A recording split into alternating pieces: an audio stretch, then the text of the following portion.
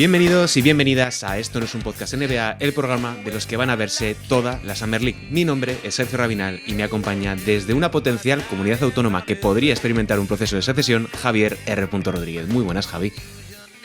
¿Tú te puedes creer mi mala suerte que ahora que por fin logramos independizarnos o dar los primeros pasos de Castilla, me acaba de llegar la carta de empadronamiento en Valladolid? Es decir, si se produce un proceso de secesión, no voy a poder votar. Lo siento mucho por ti por tener que empadronarte en Valladolid. Pero hoy, como ya habrán aventurado las personas que sepan leer el título del programa, tenemos un invitado, que no es otro que Gonzalo Vázquez, que viene a presentar su último libro, Viaje al centro de la NBA. Bienvenido, Gonzalo. De todos los sitios que podías elegir para dar una promoción, ¿por qué has optado por este agujero? Bueno, por insistencia, por apetencia y por calidad, porque, en fin, nunca o no es muy habitual ser entrevistado por dos historiadores. Así que, Bueno, adelante. Y de hecho, mira, hoy estaba sin echando ningún memoria miedo. y digo, mira, con la entrevista que te hice ayer y la de hoy, ya estamos empate, porque me has invitado 2 veces al reverso, así que 2 y 2. La siguiente desempatamos en campo neutral. Bueno, no lo sé, Sergio. Yo ahora mismo, en fin, se me hace un poco raro todo esto, pero bueno, estoy ya en fase de promoción y al margen de la promoción, tanto Javi como tú ya lo sabéis, eh, hay relaciones que se basan en la química. Os conozco casi como una rara avis de una generación para mí muy complicadita, como es natural. La siguiente generación a la mía, la siguiente generación a la vuestra, será siempre aquella en que mutuamente os desearéis matar. Pero hay excepciones. Y hoy pues toca atender a una de ellas. Sí, nosotros más que lo tipo que se dice de matar al padre, venimos al revés, a abrazar al padre, que es, para que no sepa, es como el término, uno de los términos coloquiales con los que nos referimos a ti en privado. Y si quieres, por empezar a despellejar un poquitillo el libro, yo creo que quizás lo primero que me sorprendió, no tanto porque ya al momento que ves el título y ves incluso esa portada ya te deja ver por dónde van los tiros. A mí lo que me sorprendió, lo primero que hablé con Raminal fue el hecho de que te despellejases tanto, de que fuese tan personal. Y nada, quería preguntarte un poco si te fue difícil después de tantos años que tus libros han sido casi como de arte y ensayo hasta ahora con temáticas muy concretas, muy organizadas. Si tuviste ese punto de miedo de quizás a la hora de abrirte, o sea, tú que has cultivado durante tantos años una personalidad como tan misteriosa, quizás incluso reservada. Pues vamos a ver, esto a mí me parece que esta pregunta, si no la llegáis a hacer, yo suelto la respuesta. No, escucha, porque me lo ha dicho más gente. Ten en cuenta que yo he tenido la experiencia en la feria, hacía años que no me pasaba por allí. El editor siempre te dice, pues ven todos los años y tal. Y me parece una sinvergonzada no escribir nada y aparecer por allí por la feria. ¿Sabes? Entonces, pues bueno, dije, no vuelvo hasta que no tenga algo, hasta que no termine esto. Hay un montón de gente que te compra el libro y te dice, bueno, yo es que, de verdad, los que me he leído me han gustado mucho, joder, a mí me encanta la historia, además cómo la cuentas y tal. Esto es muy distinto. ¿Vale? Creo que te va a gustar, pero es muy distinto. Vale. Y luego te vienen lectores con el libro a cuestas. Es decir, te sacan el libro de una mochila y por favor, Gonzalo, tal cual. Y sí que te van diciendo, dice, yo encantado, pero no imaginaba esto. En el sentido de que, joder, cuentas tal. El otro día por Twitter te escribe un montón de gente, ¿no? Oye, me está encantando el libro, pero un poquito de crónica en rosa y llevaba, vamos, digo, bueno, crónica en rosa, gris, negra, azul, marrón, toda. Lo te iba a Es decir. decir, si tú vas a hacer una memoria de lo que aquello fue, hay dos opciones. Es una, la convencional, la de fecha, partido de regular, y una especie de box score Sí, en letra. montarte un Heródoto, vaya. Claro. Y bueno, y entonces Carmelo anotó 26 puntos, capturó y ganaron los Knicks. ¿Y a quién le importa eso? Eso se cuenta un poco de corrido también. Pero cuando tienes centenares de partidos, ¿vale? Un poco uno tras otro y se agolpan, pues creo que la medida acertada o la forma es adentrar al lector no solamente en los pabellones, también fuera de ellos, también en mi casa, también en Arlington, también perdido en el metro, o en Newark, o en donde estuviera, ¿no? Y respecto a lo que, o sea, la pregunta que dice Javi es, o sea, básicamente es, ¿te ha costado por aquello de que tú eres? Mm, pues creo que no. Creo que no, porque a lo mejor este es el libro más sincero de todo lo que he escrito, y no solamente libros. Y la parte más desnudada no aparece en el libro. Y Claro, a yo lo te iba a mejor preguntar por eso, le digo, vamos a dar, le Javi, vamos a dar un día una forma, porque esta es la parte vital de trasladar al lector, al aficionado, que tal vez nunca pueda, no sé, ¿no? Darse el homenaje de viajar a un partido de NBA, pero vamos por dentro. Pues es contarle cómo es todo aquello, ¿no? Pero hay otra parte que es, pues incluso mucho más morboso, mucho más morbosa, que es la periodística, la profesional, la eso de que dicen, Gonzalo, no entiendo, esa eterna pregunta, ¿no? De Gonzalo, no entiendo cómo, siendo tú, no estás en... Bueno, pues ahí hay un jeroglífico muy chulo que a lo mejor contar un día con cierta gracia y estilo y ya está. Sí. claro, Es que sobre espera, todo me, Javi, me parecía. Ah, vale, dale. vale, que creo que lo puso Sunara en Twitter, que, y me llama un poco la atención lo que decías, Javi, de que se ha abierto tanto, que es cierto, pero ha callado mucho más de lo que ha podido decir. Y creo que incluso más entre líneas, valga la redundancia, se puede intuir mucho cuánto has tenido que callarte de, digamos, un primer boceto que hicieses mentalmente, un primer esquema de, vale, pues quiero contar esto que me pasó el 5 de abril de 2011, por ponerte un ejemplo.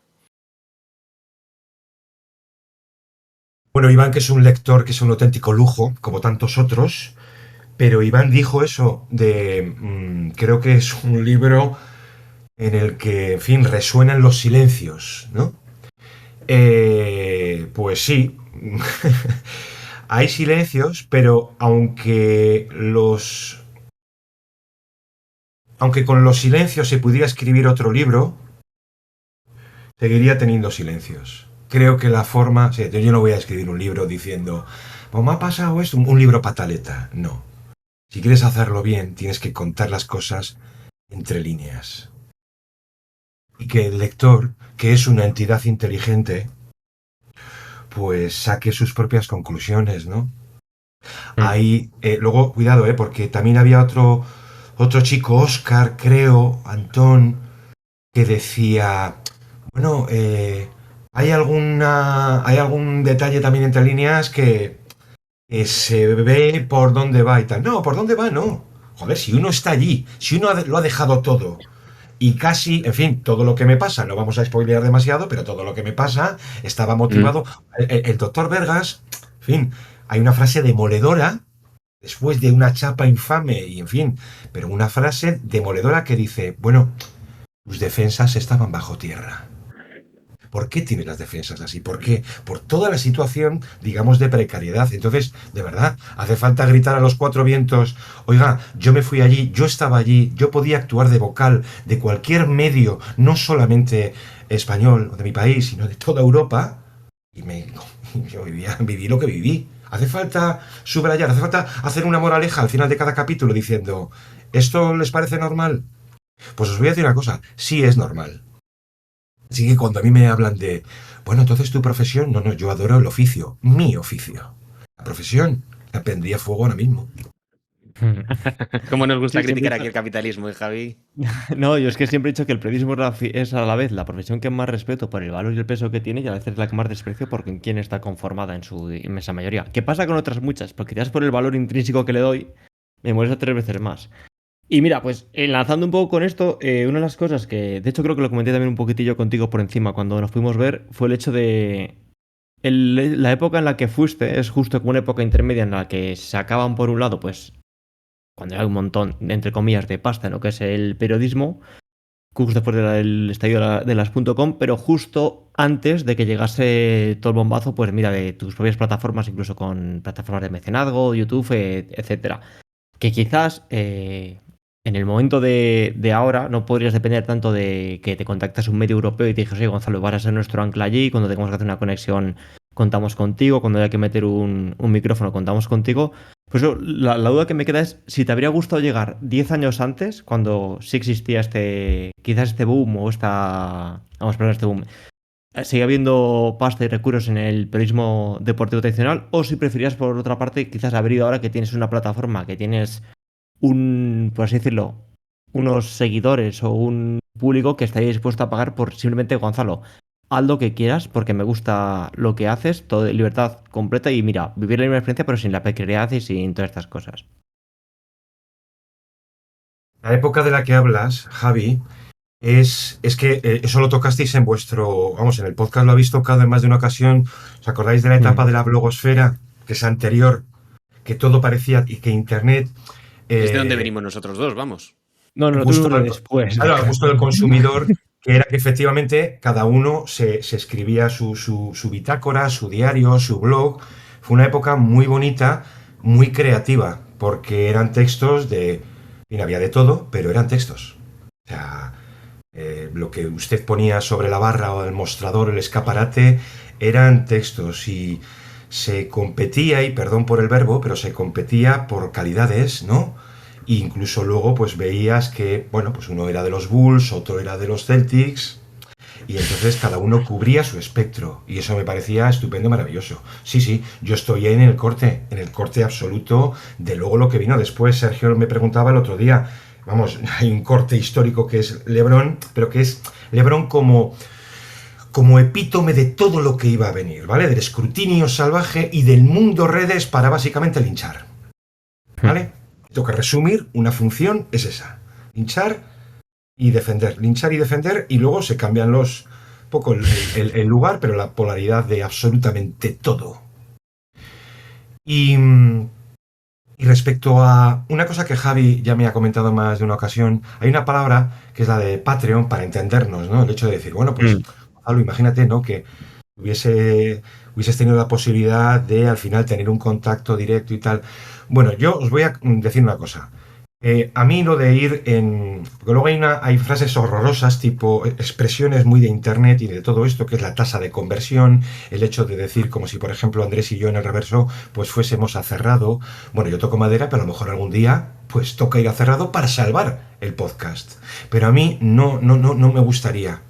No me gustaría, no me ha gustado nada. Os voy a poner un ejemplo. No voy a decir el medio, pero a mí me ocurrió con un medio bastante potentillo, vamos a decirlo así, que pretendía que mis artículos fueran para el contenido premium y eso es ir encerrado. Y yo puse una condición, yo no quiero ir encerrado. O sea, no me importaba al final 4 perras arriba o abajo, yo no quiero ir encerrado. No me siento cómodo. Al final, si haces un artículo, pues chico, ya está. Lo tiras en un medio públicamente y si a ese medio le interesas o dejas de interesarle, pues adiós, muy buenas. Y mañana pues vamos a otro. Pero la cosa esta de ir encerrado y demás, yo entiendo la pregunta de Javi, porque es muy pragmática, que me sorprende viniendo de él. Porque al final está diciendo, oye, para salvar la idea se puede hacer esto, hay una tabla de salvación. Pero en el fondo creo que manejamos los tres lo mismo. Vamos a hacer una cosa que la haría todo el mundo y que la valoración, o sea, que sea en abierto, sea en abierto. Ya tenemos bastantes cosas encerrado como para, en fin, otra más. Creo que habría tenido una sensación un tanto extraña si al final pues tuviese, sí, oye, imagínate, ¿no? Mis 1000 suscriptores y resulta que un día en un vestuario tienes una movida. Aparte, ¿de verdad creéis que aquello habría quedado encerrado? Pero si de alguno de los scoops de un Mark Stein, por ponernos un ejemplo, no por el hecho de todo el mundo. No, de hacer la combinación de, por ejemplo, la declaración potente se la sueltas a marcas, quien sea, o directamente la pones en tu Twitter para, de hecho, hacer escaparate. Pero el artículo que te apetece hacer a ti de 2 semanas, vamos, que de 4000 palabras sobre la rodilla izquierda de Chris Webber, sacarlo ahí porque te apetece y porque sabes que el público que tienes es lo que quiere. O sea, Yo no sé si yo me refiero a esa dualidad, quizás. Sí, pero vamos, para que te hagas una idea, la realidad es la que era. Ya. Algunos de estos diarios de tirada nacional llegaron a fusilarme alguna, me da vergüenza llamarla exclusiva, pero lo era. Porque en el momento momento dado tú estabas solo allí. Yo recuerdo, pues, en fin, una noche cubriendo a los... Me pasó.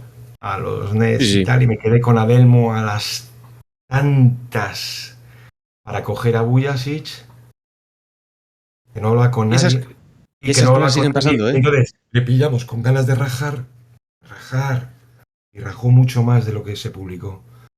Y al día siguiente la tienes fusilada en un medio nacional. Vas a llamar a la puerta del que te está robando.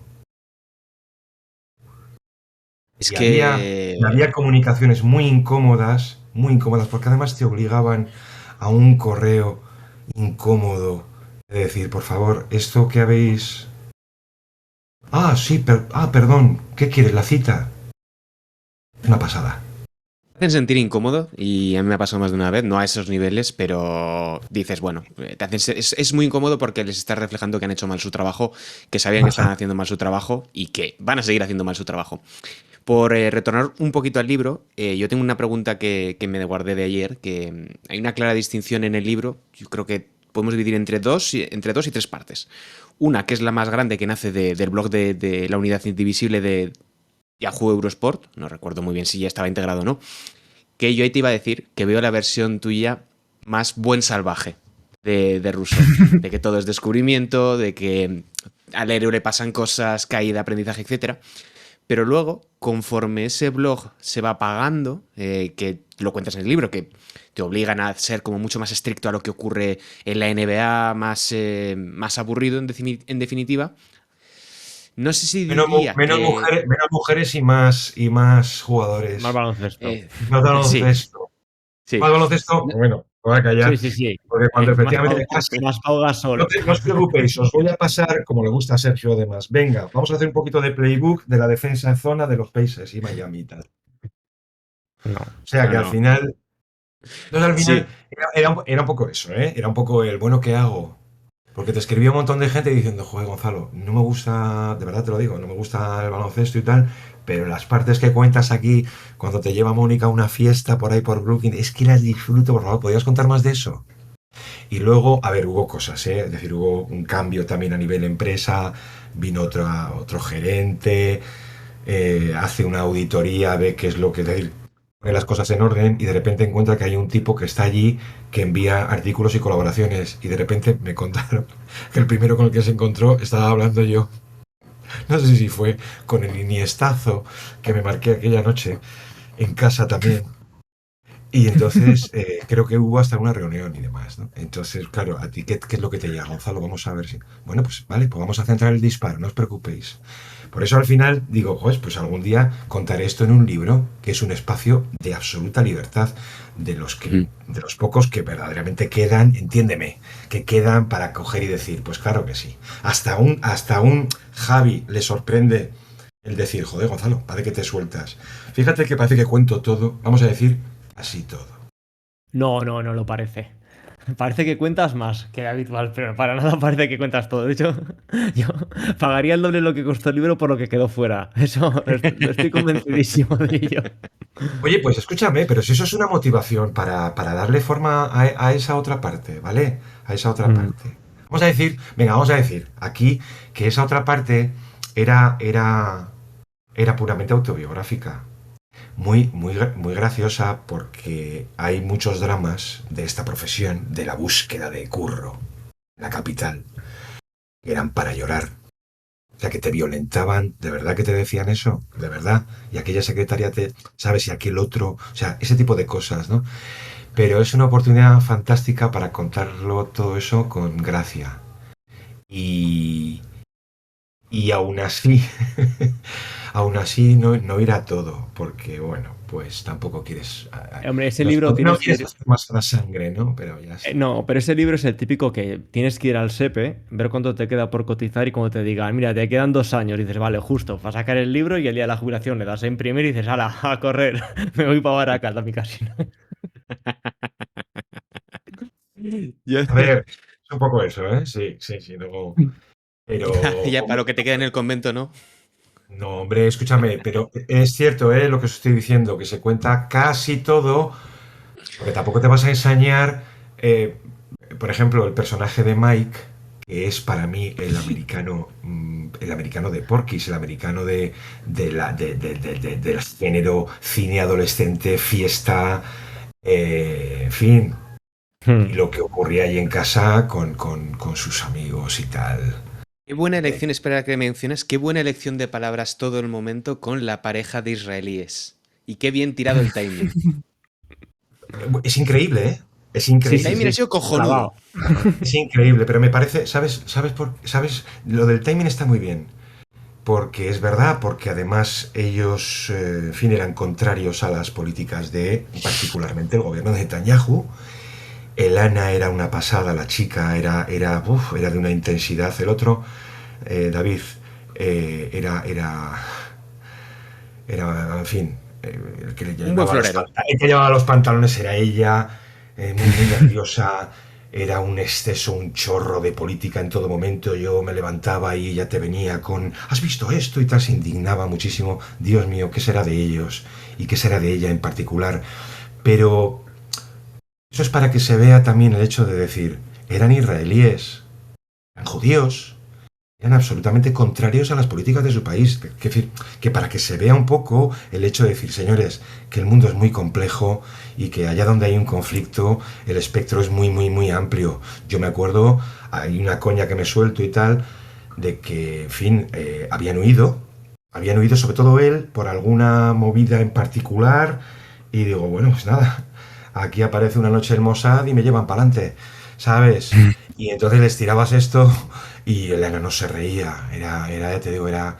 Y es una de las partes que más me gusta, la cantidad de personajes. El libro es un poco colmena, como podréis imaginar. Es decir, no solamente Sí. estás hablando de los jugadores, de los enteradores, del personal de seguridad, de las cocineras, sino luego todo el mundo, todo aquello que iba pasando por el rincón de Mónica, que como os habréis dado cuenta, es el mar a donde iban a parar todas aquellas mujeres que venían de una comuna, del ashram de Upstate, y yo, en fin, vosotros que lo habéis leído, hay una frase, cuando a mí me lleva Mónica una nochebuena de fiesta por Brooklyn a aquella casa, que era una cosa laberíntica, era tanto que había uno leído de aquellas fiestas del Nueva York eterno, ¿no?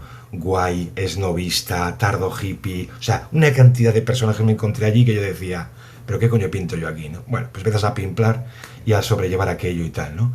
Y me acuerdo que de madrugada, cuando salgo fuera, descalzo, porque claro, allí todos teníamos que estar Los descalzos, hippies. levitantes y tal, pues había un pavo allí, como le dice, ¿y tú quién eres, no? Y digo, no, yo, ¿tú vives con él? Y digo, no, no, vivo con Mónica y tal. Y me dijo aquello de, you're a lucky guy.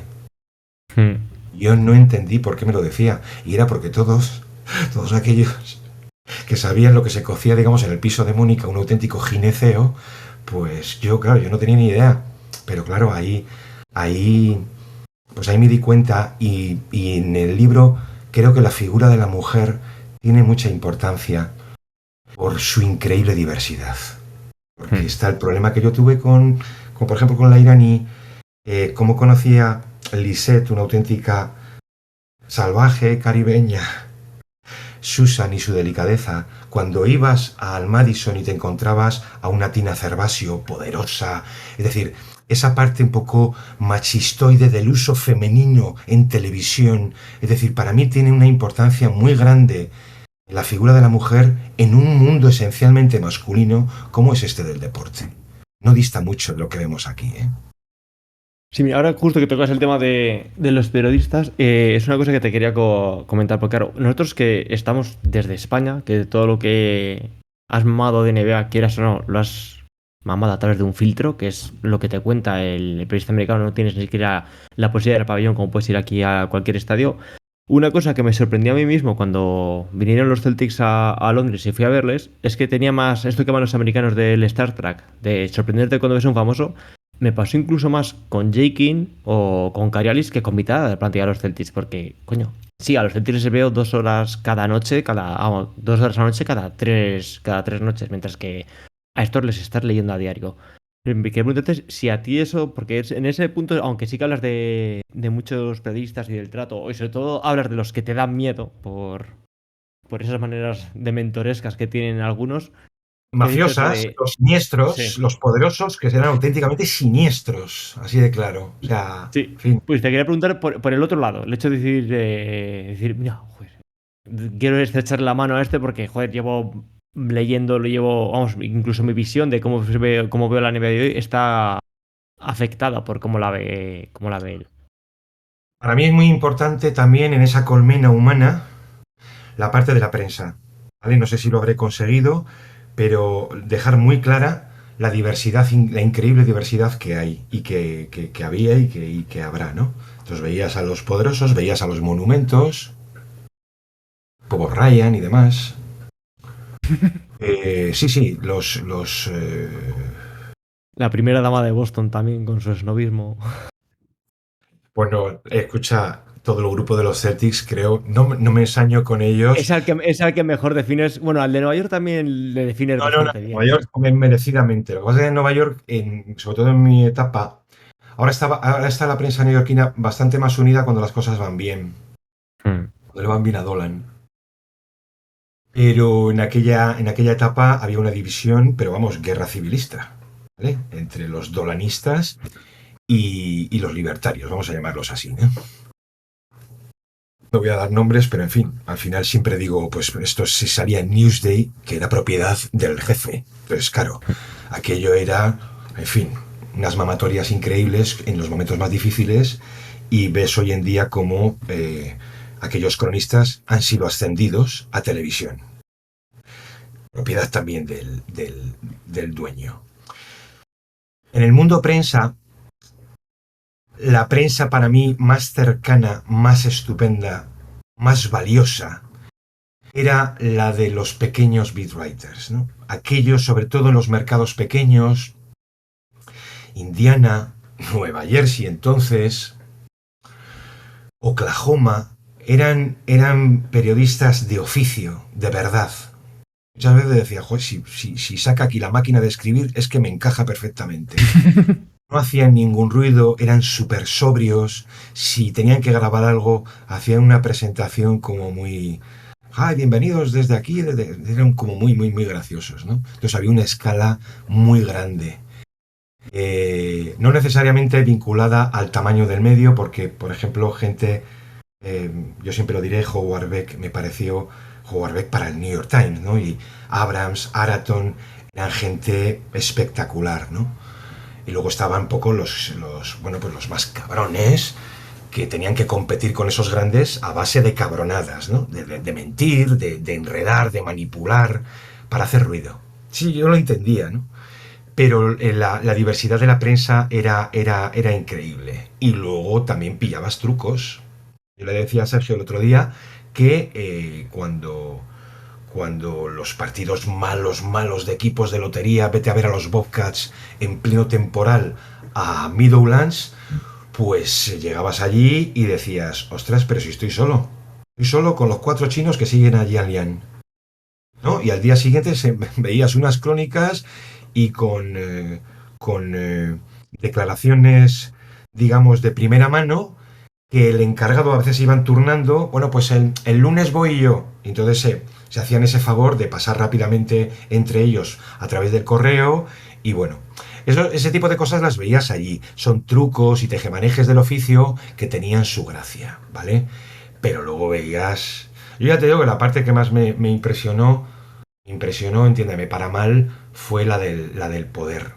La del poder. La prensa maneja también sus personajes de poder y era terrible ver cómo actuaban, lo que no hacían, lo que omitían, lo que leías al día siguiente de un Bog que no había pisado el vestuario y decías, pero tío, pero ¿cómo puedes estar diciendo esto? Era simplemente porque había equipos que no le abrían el vestuario a este tipo, no querían ningún tipo de transferencia mafiosa con él. En esa batalla han terminado ganando ellos, porque al final esto es un comercio de favores, de intereses, y entonces, bueno, pues los que conocemos un poco el truco sabemos lo que es y cómo funciona, pero la gran masa de aficionados no se pregunta nada, ver rápidamente breaking news en Twitter y tal, y claro, dicen, joder, pues los mejores periodistas son estos señores.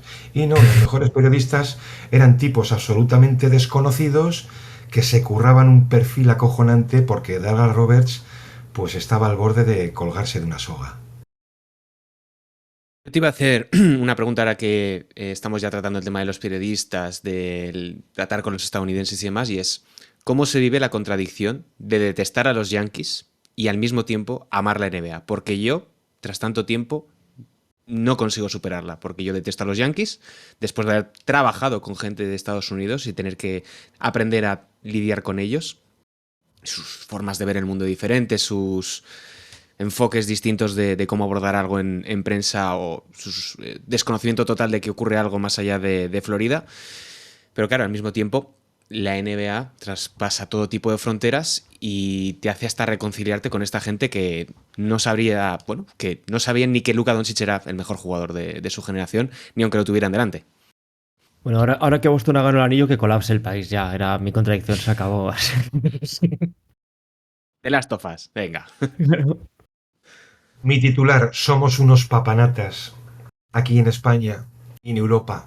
Unos papanatas, un complejo de inferioridad muy grande respecto al pueblo americano.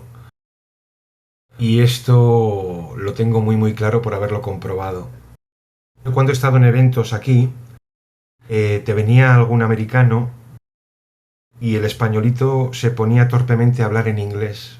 El americano no necesitaba ni siquiera chapurrear el español. Rápidamente había que servirle allí al americano y decirle, pues mira, lo comprobé ya hace muchos años, hace más de 20 años, en un torneo en Rivas, donde se venían a ver a los jóvenes talentos, Akiol, Alexandrov y demás y tal, y estaban los americanos mamándose en la cafetería. Digo, estos son los scouts. Y rápidamente, pues algún que otro chaval se acercaba por allí a pasarles notas y tal. Oh, thank you, great. Y decía, pero ¿y esto? Y cuando tú vas allí, digamos que en términos generales, cuidado, en términos generales, el grupito que formábamos los internacionales parecía un chiste. El alemán, el japonés, el italiano, el españolito. Nosotros nos arrejuntábamos por omisión, porque los americanos que se odiaban entre ellos, entiéndeme, ¿no? Los de Nueva York con los de Nueva Jersey, los de Nueva York con los de Boston, pero en términos generales eran americanos y luego estaban los extranjeros. El trato, digamos, tú allí te tenías que buscar la vida si notabas. No voy a decir un desprecio, que luego hubo en muchos sentidos, pero un no aprecio, ¿no? Entonces nosotros nos juntábamos precisamente por eso. Nos teníamos que poner las pilas y nada, ningún problema y tal. Pero ya a mí sí me tocaba un poco la moral esto de que efectivamente el americano sale de... O sea, el mundo para un americano, perdón por la simpleza, pero voy a hacerlo así a través de una viñeta, el mundo para un americano es Estados Unidos y un extrarradio por ahí que es una especie de grumo en el que se mezclan árabes, euros, nipones y demás y tal, pero ellos no tienen ningún problema. Ellos consideran que el resto del mundo tiene que hablar su inglés de Kentucky, y no tiene ningún... Insisto que, por supuesto, que había de todo. He mencionado antes a Beck y yo, vamos, me acuerdo perfectamente de todas las personas que fueron increíblemente amables conmigo. Pero en términos generales, yo recuerdo a Sergio, no sé si fue en vuestro podcast, diciendo, bueno, pero ¿por qué? Porque esta chorrada que ha puesto O'Connor aquí en Twitter, que es un 2 más 2 igual a 4, tiene una amplificación. Aparte, que Sergio puede decir lo mismo, cuestionando la defensa de un jugador de un equipo, y de repente ves que el alcance, la difusión, es como muy tal cual, y el O'Connor este llega 7 horas tarde para decir lo mismo. Ese papanatismo, insisto, ese papanatismo es muy, muy españolito, muy de complejo de inferioridad, etcétera, y ya está. Y uno lo ha comprobado, lo sigue comprobando, y ya está, y lo ves en los foros, y demás. Fíjate lo que dice este y tal, pero si lo ha dicho este chico, lo ha dicho Javi, lo ha dicho Sergio ayer. ¿Pero qué creéis? ¿Que esto nos está aclarando este señor por ciencia infusa, no sé muy bien qué? Eso con ese tipo de cosas no puedo. No puedo. Yo he llegado a ver muchas veces decir, bueno, a ver si en muchos foros, ¿eh? Porque alguien decía, joder, es que esto ya lo destacaba esta persona aquí, en su canal, en su podcast y tal, y veías frases de desprecio, decir, venga, hombre, a ver si un periodista español va a saber más que... Pues perfectamente, si la cuestión era un partido, una primera parte mala de Miami o de... Pero ¿por qué no? ¿Esto qué es? Y ese complejo de inferioridad es un provincianismo muy paleto. Sí que sí, Pero- yo con eso, dale, Javi. O sea, Sí, sí, dale, no, dale. sí. Que esto ya lo hemos hablado No, mucho tío, tú y yo. sí, no, es que te iba a decir en plan de que ahora sabéis los dos que podéis entrenar a los Lakers, porque opiniones más Bueno. profundas que su futuro entrenador habéis dado a ambos. Pero yo Pero leyendo no ese somos tan libro, guapos, Javi, no somos tan guapos. ya, también es verdad. Pero leyendo tu libro me enfrentaste a una realidad que no me gustó nada, porque estaba leyendo básicamente esto mismo que estabas diciendo aquí ahora, pero claro, luego yo pensé, digo, bueno, es provincialismo de decir, venga, estos que saben, bueno, no le desprecio porque yo sea americano y sabemos la superioridad que tienen, o es por eso de decir, ¿qué vas a ver este? Porque a mí me pasa, yo por ejemplo, he estado años pagando el de Athletic, no hablo un artículo de fútbol escrito por un americano, ni muerto. Con lo cual me enfrentaste a esta realidad de decir, vale, igual me estoy perdiendo a cosas y a la vez estoy siendo un poco como ellos, pero al revés, con el fútbol. Es decir, no voy a leer yo lo que ha escrito un señor de Kentucky sobre Messi, vamos, ni muerto. Con lo cual digo, no sé hasta qué punto es eso. Es decir, En ese punto ¿es no estás lo equivocado, mismo? Javi. Escribe muy mal Sí. de fútbol. No, Bueno, fin. es que mal de todo. Pero. Claro, tienen. A ver, no recuerdo con quién hablo de esto. Digo, a ver, tiene la desventaja de que tienen que hacerlo en inglés. Que claro, no tienes las herramientas que te da el español para la escritura. Pero más allá de eso, sí que tienen el punto de. Lo que te queremos hablar, de mezclar la literatura y el deporte o incluso el desnovismo este. Vamos a ver. No vamos a spoilear nada, pero vosotros lo sabéis. Hay un pasaje que tiene para mí una importancia vital en este sentido, y el protagonista es Ricky Rubio. Es decir, y sabéis a lo que me refiero, ¿eh? De repente se corre allí una voz, como la pólvora, se empiezan a repetir todos los americanos por Ricky Rubio, ya sabéis con quién lo comparaban, y de repente empiezas a ver perfiles, un Ricky Rubio que no era el jugador que nosotros veíamos. Hasta que un periodista, un señor periodista americano, en una ocasión, una noche, se acercó a mí. Yo estaba sentado en uno de los pupitres que había en la reformada sala de prensa del Madison. Se sentó allí conmigo, porque él sabía perfectamente de dónde venía y que compartíamos país de origen, Ricky Rubio y yo. Se sentó con una libreta y me dijo, básicamente, Gonzalo, tú que lo conoces mejor, ¿esto que se está diciendo de él es cierto? Y yo vi el cielo abierto por poder explicarme con una persona que me transmitía tantísima calma y decirle, mira, no entiendo por qué a raíz de un parecido físico y dos titulares locos que se marca un tipo en San Francisco, se está diciendo todo esto de Ricky Rubio. Cuando Ricky Rubio debuta, empieza su carrera en NBA, muchísima más aficionada esperaba cosas que pertenecían a una analogía fallida, y no a lo que realmente era Ricky Rubio. Eso le acabó haciendo un daño enorme. Esto de lo que estoy hablando son consecuencias directas de un mal periodismo. Eso me parece gravísimo. Pero gravísimo, estamos hablando de algo tan específico como periodismo deportivo y en concreto NBA. Pero de un extranjero. Y el ejemplo de Luka, perfectamente. No voy a venir yo aquí a decir lo que te venían a decir 4 Manolos allí, ¿vale?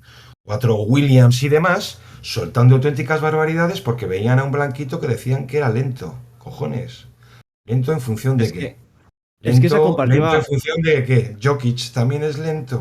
¿Me explico? Entonces, ese tipo de cosas, yo sabéis que siempre he culpado, y esto está, vamos, en fin, es fruto de una investigación de que todo el mundo extranjero tarda muchísimo tiempo, décadas, en integrar el mundo NBA por una puñetera cláusula, la cláusula amateur, una estafa, ¿vale? Que pertenecía al mundo FIBA. Pero también no voy a ocultar aquí el prejuicio acojonante que había. Juicio lamentable y terrible que había con el extranjero y el baloncestista europeo, Como por ejemplo era un Oscar Smith que decía, sí, es muy bueno y tira muy bien, pero ya sabéis que los euros, los foreigners y tal, no defienden. Richard Anderson defendía, Michael Corren defendía, ¿me explico? O Dali Pajic y demás. Entonces, insisto, eso lo veías estando allí. Lo veías diciendo, bueno, es que este jugador en la ACB, perdón, ACB. No, la Euroleague y tal decían, ¿no? De que para ellos lo que ocurría en Europa no eran las ligas nacionales, una inmensa mayoría, ¿eh? Luego había gente que sí controlaba y sabía que había ligas nacionales en cada país. No. Y este jugador el otro día en Euroleague y tal, a lo mejor era una valoración que habían hecho aquí en Manresa de 43 puntos. ¿Me explico? Era en Euroleague y lo veías escrito, ¿eh? Entonces veías, es decir, ellos tienen unos vacíos enormes fuera de su mundo. Y esto aquí tienes que convencer a mucha gente de decir, oiga, que esto que está diciendo Sergio, esto que está diciendo Javi, tiene mucho más valor en relación a este jugador que puede entrar en el draft mañana que lo que te pueda decir un americano que ha tirado de YouTube. Pues esto entonces era más acusado todavía. Es que esa comparación que dices es buenísima, porque yo me acuerdo que con todo lo del hype de Ricky Rubio es una cosa que no tuvo ningún tipo de sentido, sin querer menospreciar para nada al jugador, que de hecho creo que es de mis igual 5 o 10 jugadores favoritos. Pero yo recuerdo ver barbaridades, incluso en el libro, pues ya por citarle en otro podcast más, en el de Bill Simmons, cuando hace toda la categoría de los 100 mejores jugadores de la NBA, deja 2 huecos libres, por lo que puede hacer Ricky Rubio, que va a ser el nuevo Pete Maravich, y Kevin Durant, que dices, man, pues no, y luego pasan 10 años, creo que encima han sido exactos. Cuando llega Luka Doncic, que es un tío que sí que puedes comprar esas barbaridades porque se ha paseado por Europa. Encima, no recuerdo ese contexto en el que llega Ricky Rubio con la cadena Che y Pascual y todo eso, pero es decir, alguien lanza una bomba salida de la nada de este chico va a ser Pete Maravich y todos, como lo que dices tú, por la pura ignorancia lo compran. Y luego cuando sí que tienen ese talento como Doncic, lo mismo.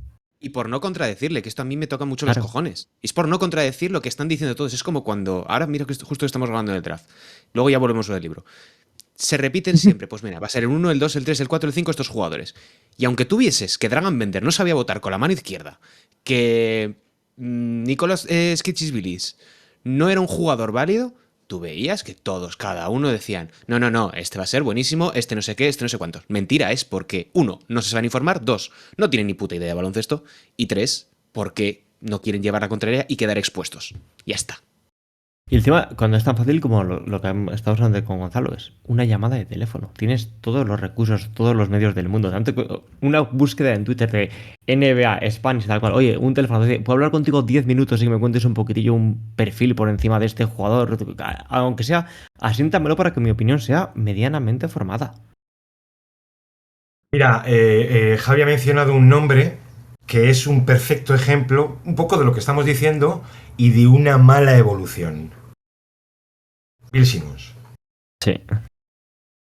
Simmons era un tipo, cuando lo leíamos, en su buena etapa, antes de la explosión de Zach Lowe, os acordáis perfectamente, con aquellos sabanones que se escribía. Me encantaban sus reflexiones. Algunas eran muy alocadas, pero eran muy audaces. Tú te leías un artículo largo de Simmons y te hacía pensar. Te llevaba a un montón de aristas que tenían su interés y había artículos que no te contaban nada, pero te invitaban a la pregunta. Eran muy inteligentes. Y un buen día sacó The Book of Basketball, que es una cosa absolutamente respetable. Precisamente en ese sentido también, ¿eh? A mí me encantaba Simmons. Bueno, pues Simmons ha tenido una evolución lamentable. Pero lamentable. Hay un refrán en castellano que dice coge fama y échate a dormir. Hay unos cuantos ejemplos, también en nuestro país.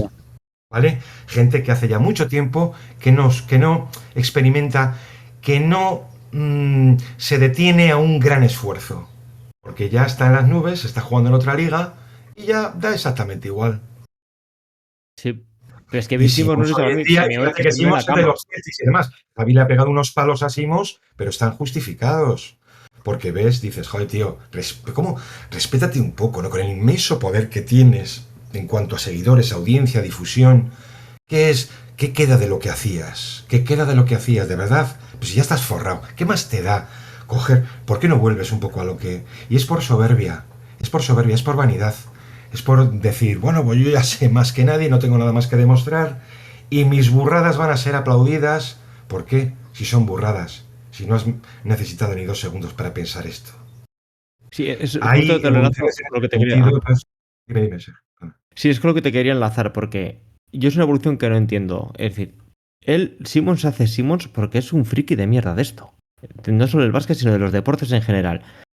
Y su evolución, que marca, a mí, por ejemplo, sin más lejos, marca a media generación de escritores, seguidores de la NBA, el estilo está marcado y las referencias las ves por todos los lados. Es decir, cuando ya consigues la posición en poder, de poder, que te ha comprado el Spotify y el podcast por 200 millones, que puedes hacer literalmente lo que te dé la gana, ¿por qué no sigues siendo un friki pero ahora cómodo y escribes una vez al mes, que es lo que, no solo lo que te gustaba, sino lo que está bien, porque la radio se te da como el culo y la televisión que pregunten en HBO cómo se te da? Y claro, te lo quería hacer un poco con tu caso, porque antes he mencionado esto de que tienes el perfil este como con ese punto con esa pátina de misterio, como de cerrado, y no el hecho de que hayas querido hacerlo, pero si en algún momento te habría gustado perder un poco la parte de mística y de respeto, incluso reverencial por mucha parte, a cambio de simplemente conseguir un poco más de mercado o llegar un poco a lo que se llama el mundo del mainstream, que todos hemos Bueno, soy un poco escéptico con eso, Javi, ¿vale? Porque esa pequeña parte que dices de, bueno, un poquito más mainstream, un poquito más de difusión a raíz de qué o de quién, de determinados medios que tú y yo podemos imaginar. Y al Claro. final, créeme que acabas cayendo en... Cuando tú entras en un gran medio, terminas pasando por el aro de alguna que otra cosa. Y yo al final, al cabo de los años, me doy cuenta que lo mejor que yo haya podido conseguir es mi absoluta autonomía e independencia en aquello que hago y cómo quiero hacerlo.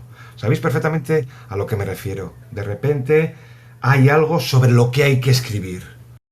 Y a mí no me apetece hacer más eco sobre eso, si vamos a contar todos lo mismo. Y no, y mañana me salgo con algo completamente diferente y tal. Oye, pues tienes un montón de gente que te lo valora, que te aprecia eso y demás. Decía, por el caso de Bill Simmons y tal, Simmons tiene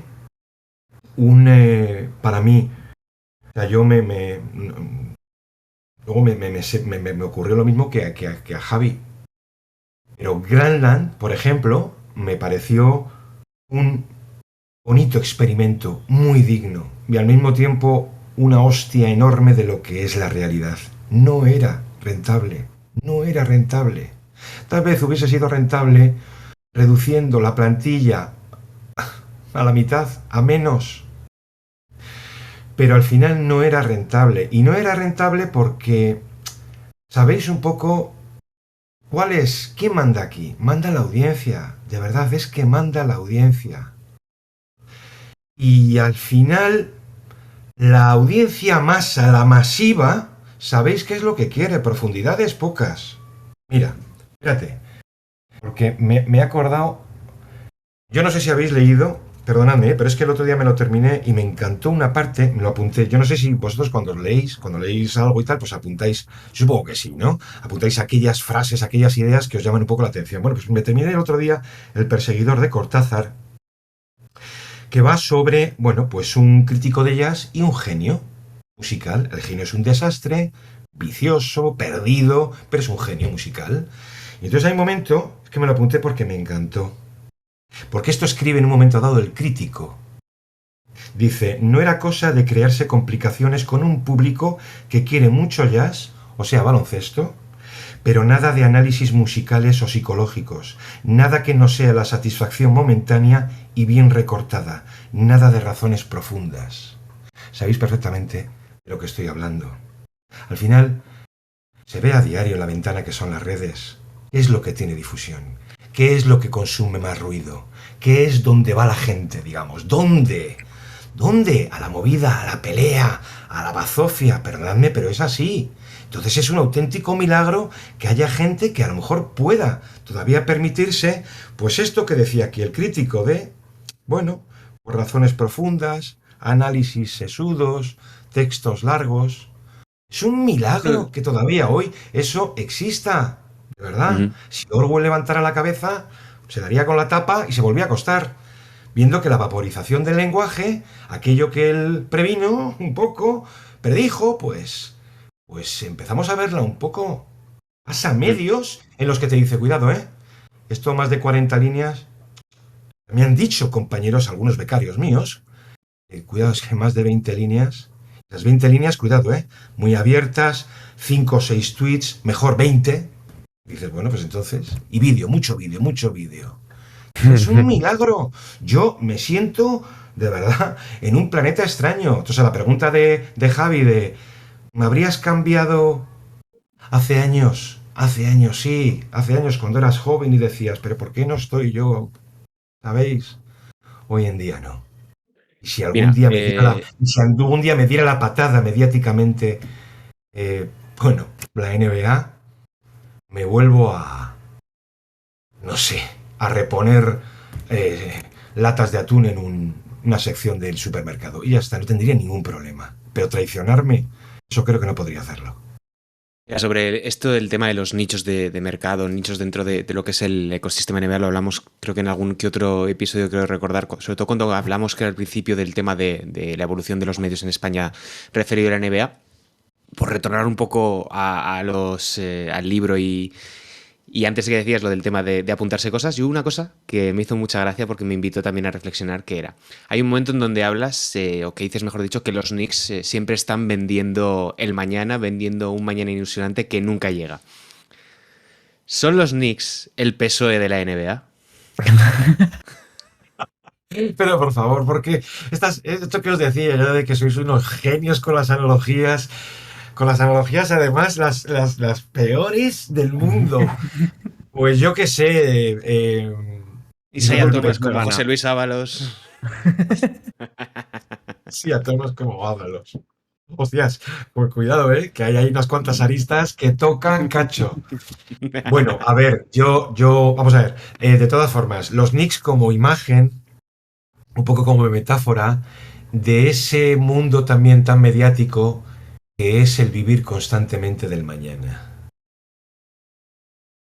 Termina la temporada. Han sido cuántos años hemos estado viendo para comprobar que Ainge tenía razón inicialmente y que los Celtics todos los años vemos una lógica profunda en el campeón de la NBA, que es el mejor equipo del mundo. Yo siempre digo lo mismo. Tenemos un nuevo campeón a las 48 horas, parece que solo le interesa al aficionado de ese equipo, y ya estamos con rumores de traspasos, el puñetero draft. Yo no tengo nada en contra de eso. Yo sí, yo odio el draft. Pero me parece, pues yo también, pero me parece que hay muy poca separación entre el sentido lógico de toda una temporada. Sí, más de 220 noches ahí porculeando para conseguir finalmente un campeón, y a las 48 horas, vamos, después de ver 4 tonterías con una avenida llena que solo interesa a la ciudad, y ya estamos, no sé, entras en redes ahora mismo, ya sabes lo que hay. Y el draft, bueno, pues ahora, y se acabó, y la agencia libre. Y entonces, yo soy como vosotros, un absoluto loco de esto, pero la parte en la que notas, ves las vergüenzas del negocio, de la industria, del vamos a robar la atención a la masa constantemente, un año entero, la liga de verano, que arranca la liga de verano. Eso me parece de un absurdo insultante. Os lo digo completamente en serio. Creo que debería haber una pausa, yo qué sé, de un mes para estar adorando al equipo campeón. Y si quieres hacer una antología de lo ocurrido hasta conseguir un equipo campeón. Y luego ya iniciamos una temporada más. Pero lo demás me parece una engañifa increíble. Yo entiendo, hay mucha gente, que es lo que yo considero que es la NBA de la tarde, la NBA diurna, que lógicamente dice, coño, pues esto de los fichajes y el mercado me viene de perlas a las 6:30 de la tarde. No tengo nada que hacer, pues venga, vamos a contar aquí qué es lo que puede hacer Michael Bridges en los Knicks y tal. ¿Sabes? Si yo lo entiendo perfectamente, pero conmigo que no cuenten. Conmigo que no cuenten porque a mí, ¿qué quieres que te diga? A mí me interesa la NBA cuando arranca la temporada y te tienes que comer esa temporada regular que un 80% del público machaca constantemente y, en fin, la estima como auténtica basura. Pues mira, cada vez me gusta más esa basura porque somos muy pocos la que nos lo comemos diariamente para luego cuando llega la hora de la verdad saber un poco qué es lo que ocurría en diciembre, en enero, etcétera, ¿no? Pocas cosas me indignan ya a estas alturas, pero una de las que me indignaba mucho es ver que en plenos playoffs veías a gente celebrar otro lesionado de los Knicks para justificar sus teorías contra un señor entrenador llamado Thibodeau. ¡Ostras! Fíjate, ¿eh? Celebrar. Mira otro. ¿Ves cómo tenía razón? Es que este tío es un... ¿Sabes? Y dices, uff. Yo siempre digo aquello de que yo de las noches no quiero salir, no quiero saber nada más que de los partidos y demás. Y ojalá algún día, pues en fin, tenga el poder suficiente como un Bill Simmons para coger y mandar las redes a mejor sitio. Pero de momento hay que estar ahí. Es que yo lo digo que es como la dopamización de todo. Estamos acostumbrados a TikTok, redes sociales, y como que, y la NBA pasa igual, es como que ir haciendo scroll continuamente. Temporada Sí. regular, playoff, siguiente elección. Lo hablamos en un podcast, Sergio y yo. Porque vamos, a vosotros os ha pasado mucho más que a mí, pero yo estoy convencido que las mejores ideas que habéis tenido, los artículos de los que más contentos estáis, sois los que es una idea que te sale de la nada y la estás dando vueltas durante semanas. Y cuando y la vas madurando hasta que de repente la vomitas. Y pues eso es lo que hablamos en aquel podcast de hace ya un par de meses de...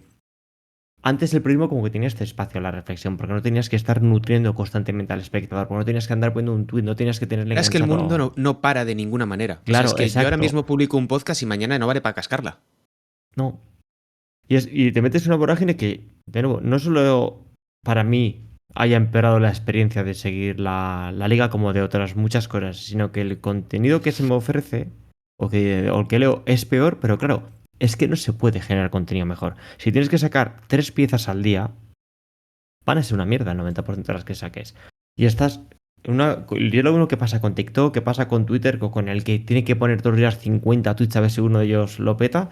Y a mí es una cosa que, te digo, como espectador, gracias a los que han ganado los Celtics este año, porque cada vez se me hace más insufrible consumir tanto contenido y más contenido y encima peor que el que consumía antes. Pues chicos, ¿qué queréis que os diga? Los dos habéis sido testigos de piezas que os habéis escrito. Si tenéis al otro lado algún buen lector, sabe perfectamente que esa temporalidad, en realidad estáis hablando de algún pozo, de dejar hoy en día... Yo de verdad invitaría a elaborar ese tipo de contenidos que tienen una durabilidad mayor de 2 horas. Por eso yo, por ejemplo, el género que más rechazo me despierta siempre ha sido el género de la previa. La previa es una invitación al precipicio. La previa es una invitación al ostión de la masa de decir, mira, mira lo que decías. No, pero ¿por qué? ¿A quién coño le hace falta una previa? Si a las 12 o a la 1 o a las 2 tienes el partido, pues bueno, ya sabe la gente que... O sea, me parece jugar un poco a la parte adivinatoria. ¿Qué valor tiene esa currada que os habéis pegado unas horas después? Entonces yo invitaría de verdad, la NBA es tan masiva que hay infinidad de intrahistorias, de situaciones, de crecimientos. Esto que ha ocurrido con los Celtics es un historión estirado en una década. Veremos libros al final por aquello de que los Jays, imagínate si hay más de un anillo, ¿no? De cómo se gestó todo esto, de las caídas, de qué ocurrió con Smart, imagínate si vuelve algún día, ¿sabes? Y esas son las partes un poco como más bonitas, sí, es verdad. Y los perfiles, de hecho de decir, oye, este chico que lo está petando, este tal TJ McConnell, contactas con la familia de McConnell, está encantada de abrirte el álbum y decir, se meaba en la cama con 6 años, pero mira, se reían en el colegio de él y fíjate, y te lo dicen con orgullo. Invitaría a tratar a muchos de los profesionales jóvenes que hay a currárselo, tratando de contactar y demás. Es un mundo, es un horror, porque de 9 de cada 10 intentos, vamos, te vas a quedar sin nada. Pero una pieza se nota enseguida cuando lees algo que está currado, ¿verdad? Se nota enseguida. Y ya está. Ya está. A mí me aterra un poco. Aterra un poco que al final el periodismo deportivo quede reducido a esto que estáis contando, a este scroll infinito, constante, instantáneo, porque eso no va a ningún sitio. Es un desagüe absoluto. ¿Sabes? Y bueno, pues que haya suerte para los nuevos profesionales, que haya suerte para los nuevos profesionales. Porque Sergio. De repente un chico te dice, pues estoy en la facultad, Gonzalo, ¿qué me recomendarías? Dejarla. Antes era más fácil cuando yo les decía, jo, pues ábrete un blog, pero que sepas que las primeras semanas vas a tener una ilusión muy grande, pero pasados 2 años de contenido diario, esto es trasladable hoy en día a YouTube, ¿no? O a Twitch o a lo que sea. Es un monstruo muy grande que te va chupando la sangre para competir con qué, contra quién. Si hay muchísimo, yo muchas veces me aterro de decir, jo, si tuvieses que empezar ahora, Gonzalo, ¿cómo lo harías? ¿Sabes? Entonces, bueno, Pues, es que pues el consejo dime. de Brock, por el chaval al que se lo hayas dado, porque ahora nosotros, que por ejemplo, que ya hemos acabado con el despacho, han sido 10 años, unos 1.200 y pico artículos.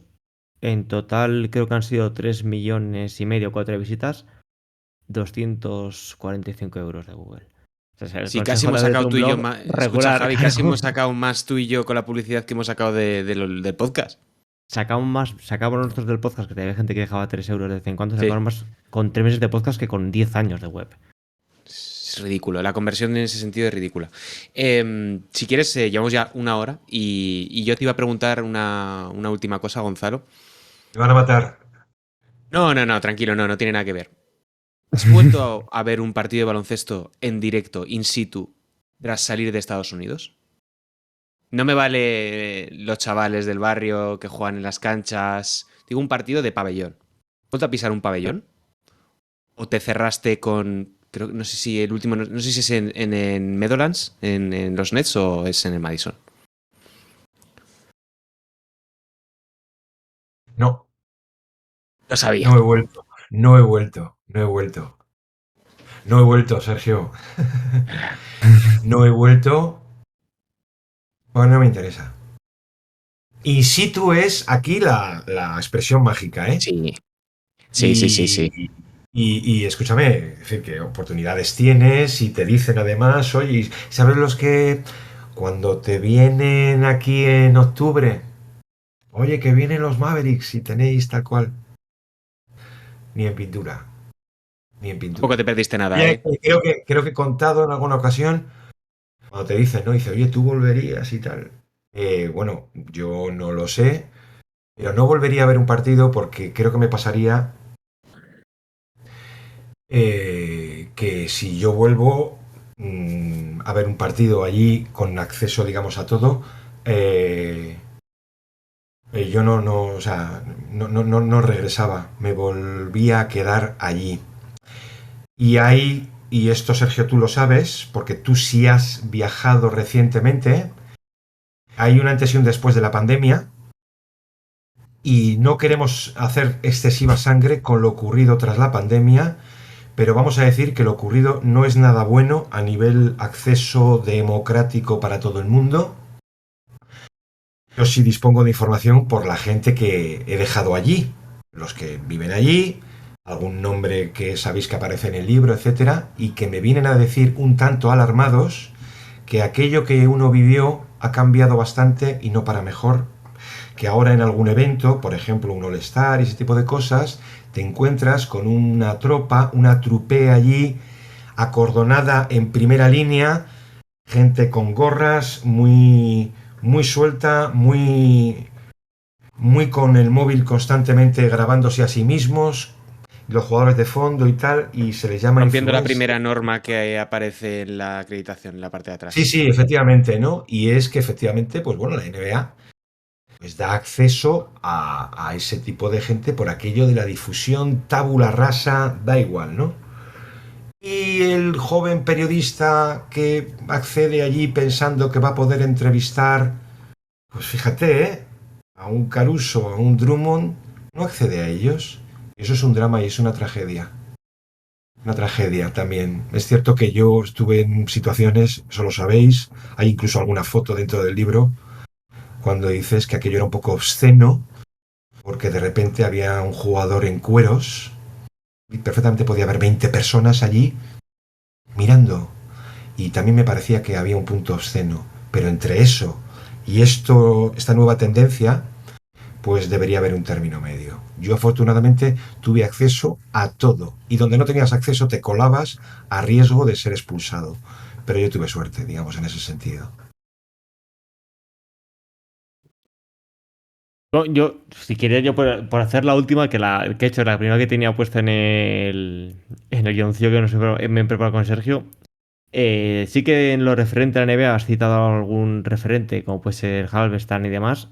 Fuera de la NBA, ya que estamos aquí ya para hacer el tema del libro, ¿qué escritor te marcó de chavalillo? Lo tipo que les dices, en plan de yo quiero hacer esto, o yo quiero robarle todo lo que pueda a este, en plan, ¿quién es el que tú crees que es tu referente en esto del escribir? Pues lo que pasa que es que aquí se siente uno como un poco, le sube un poco el pudor de decir, a mí me gusta mucho leer y desde pequeño. Mm. No os voy a decir aquí, yo leí a Schopenhauer con 7 años. No, eso no es así, no es cierto, ¿vale? Pero sé perfectamente con quién estoy hablando aquí, con 2 lectores, gente, vamos, cultivada, pero Una cosa. sin ningún tipo, sí, sin ningún tipo de soberbia. A veces da un poco de reparo decir, ¿no? Pero a mí me marcaron de muy chaval dos autores. Uno era Edgar Allan Poe. O sea, narrativamente, además tuve la suerte de que el mejor traductor, probablemente en cualquier idioma, de Poe es Cortázar, en castellano, incluida su biografía. Y entonces yo todos sus cuentos me los endilgué de crío. Tenía en casa aquellas narraciones y al final me daban ganas, con el tonel de Amontillado, el Gato Negro y demás, de ponerme a leer aquello con velas. Y una vez, madre mía, me montaron un pollo enorme y era simplemente por una cuestión de ambientación. Me parecía maravilloso. Y luego, o sea, a eso se le unió algunos libros que yo tenía de Ortega. El Espectador, La rebelión de las masas y demás. Y entonces aquella mezcla me marcó para siempre, pero para siempre. Luego he tenido, por supuesto, en fin. Y es que a cualquier chaval que en un momento dado dice, joder, cómo me gustaría escribir bien, pero no sé, bueno, pues para escribir bien no se escribe, esto es de Ortega también, que no se escribe como se quiere, sino como se puede, pero yo les recomendaría leer a los grandes, leer a los clásicos, leer a Acela, a Umbral, a Aldecoa, a Otero, o sea, todo lo que pillen, sobre todo de literatura en castellano del siglo XX, porque es maravilloso y porque de repente un día sin saber cómo ni por qué, cuando están frente a la página en blanco, les va saliendo un poco todo aquello. Y cuando hoy has escrito una cosa y dices, jo, pues me ha dejado satisfecho y tiene un valor 6, mañana tendrá 7 y al siguiente 8 y así, así, así. Pero como todo la escritura es práctica y ya está. Pero hay un enemigo profundo que es el puñetero móvil para la lectura. Es muy difícil, pero muy difícil cuando... Además, de verdad es que sabéis que hay estudios al respecto de que cuando un chico está con el móvil, redes, TikTok, lo que sea, scrolleando durante 2 horas, el cerebro está completamente confuso, confundido y le cuesta mucho aislarse luego y concentrarse en algo más. No, vamos, te lo digo a mi hermana que tiene dos chicos pequeños, me parece que tiene un mérito enorme, un marrón ser padres hoy en día, porque no sabes lo que es bueno para ellos y lo que seguramente sea malo, pero no hay vuelta atrás, tienes que convivir ya con las nuevas tecnologías, tiene que haber algún término medio. Y yo invitaría, bueno, pues seas periodista o no, a leer, porque me parece que aquí se habla mucho de estar en forma física y mucho ejercicio, mucho gimnasio y mucho llados de pastel, pero creo que la mejor gimnasia para el cerebro sigue siendo la lectura. Me parece que es cuando estás mal, además, ¿no? Consigues aislarte 2 horas y de repente es que te encuentras hasta mejor. Es como un bálsamo para el cerebro. Nos quedamos con esto. Sí, sí, Tío, sí. Nos has vaya lanzado un triple que nos triple. acaba de colar, en plan de no, hay que leer, hay que estar poco en redes y nos merece una mención a hallados, que eso no lo has leído en el libro de Benito Pérez Galdós, ¿eh? Eso es de estar crónicamente online. Uno está aislado, pero no del todo, hombre. Pues nos quedamos con esto. Hemos empezado hablando de libros, cerramos hablando de libros, así que muchas gracias, Gonzalo, por pasarte, muchas gracias, Javi. mentimos, dijimos que terminamos temporada y por el camino hemos sacado el Twitch para entretenernos, que en realidad ya no sabemos ni cuándo lo abriremos otra vez, cuando nos apetezca. Y ahora este episodio de cierre o de inicio de temporada, así que muchas gracias a los que estáis ahí a la hora y pico que llevamos ya cascando aquí, así que muchas gracias, un saludo y hasta la próxima.